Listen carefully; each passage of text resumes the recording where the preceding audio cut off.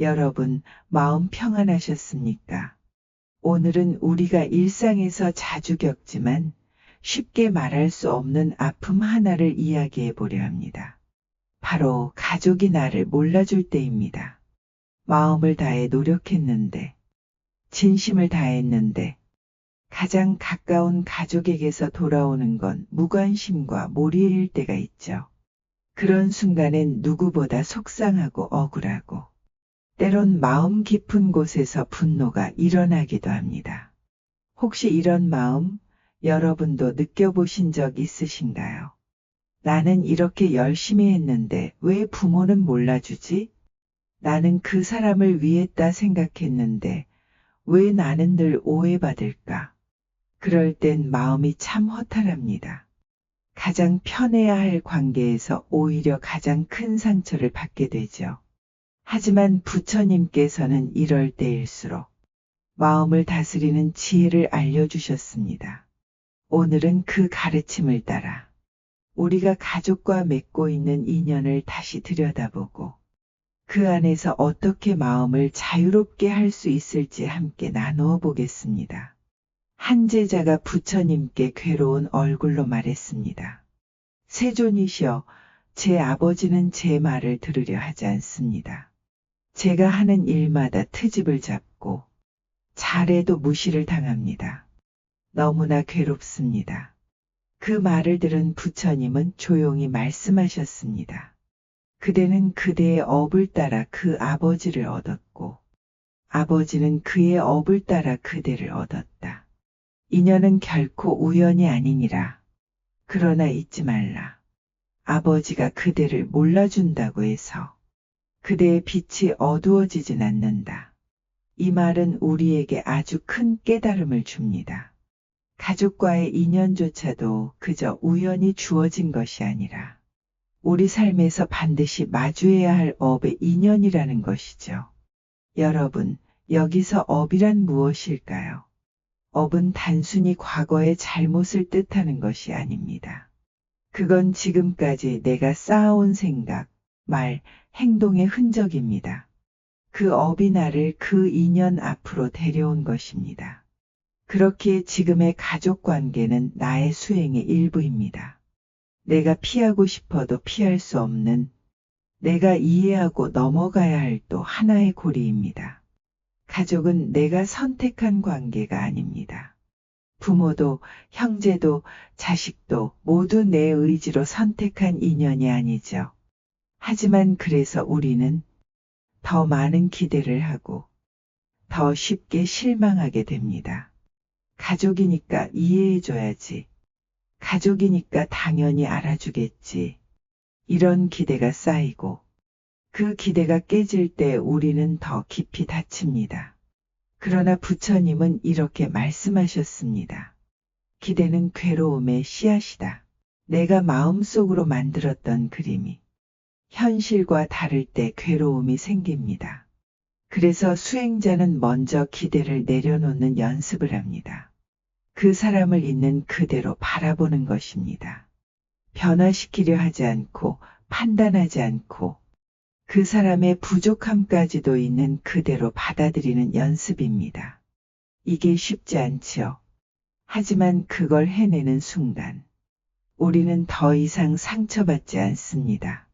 왜냐하면 상처는 기대에서 오기 때문입니다. 한 수행자는 왕족의 아들이었습니다. 그러나 그는 부와 명예를 내려놓고 숲으로 들어가 정진하였습니다. 가족들은 비웃었습니다. 가문을 욕되게 하는 자식이라며 조롱하고 수치스럽게 여겼죠. 그 모습을 본 제자가 부처님께 여쭈었습니다. 세존이시여, 저 수행자는 어찌 그 모욕을 견디는 것입니까? 그러자 부처님은 미소 지으며 말씀하셨습니다. 그는 알고 있기 때문이다. 자신이 누구이며 어디로 가는지를. 여러분, 여기서 중요한 건 자기 자신을 아는 것입니다. 다른 사람이 뭐라 하든, 심지어 가장 가까운 가족이 나를 몰라주더라도 내가 나를 알고 있다면 흔들리지 않는다는 것입니다. 이 세상에서 가장 깊은 고요는 바로 자기 자각에서 오는 평화입니다. 부처님은 말씀하셨습니다. 세상의 사람들은 자신을 알아주기를 바라지만 스스로 남을 알아주는 것은 잊고 산다. 우리는 이해받고 싶어서 말하고 설명하고 애쓰지만 상대는 여전히 자기 기준으로만 나를 보려 합니다. 이럴 때 우리는 두 가지 길 중 하나를 선택할 수 있습니다. 하나는 더 크게 말하고 더 강하게 설득하려 하는 것.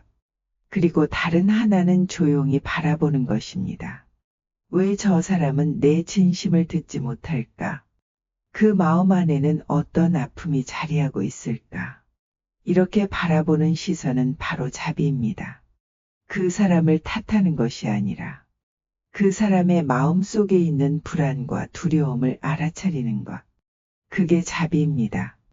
자비는 연민에서 시작되며 연민은 이해에서 비롯됩니다. 부처님께서는 이렇게 말씀하셨습니다. 나를 알아주는 사람만 사랑하는 것은 누구나 할 수 있다. 나를 몰라주는 이에게 연민을 품는 것이 수행자다. 이 말은 우리에게 큰 도전이기도 합니다. 왜냐하면 우리는 조건부 사랑에 익숙하기 때문입니다.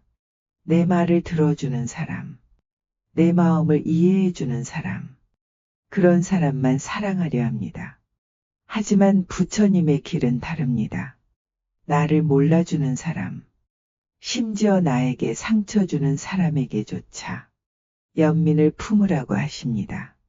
그게 바로 부처의 길입니다. 그게 바로 마음의 해탈입니다. 가족이 나를 몰라줄 때 그 사람을 미워하거나 단절하는 것이 아니라 오히려 그 사람을 연민으로 바라보는 마음, 그것이 우리가 닦아야 할 길입니다. 부처님께서는 또 이렇게 말씀하셨습니다. 너의 평화를 결정하는 이는 오직 너 자신이다. 가족이 나를 몰라줄 때 우리는 자꾸 외부 탓을 하게 됩니다. 엄마가 날 몰라줘서, 형제가 날 무시해서, 자식이 내 마음을 몰라서.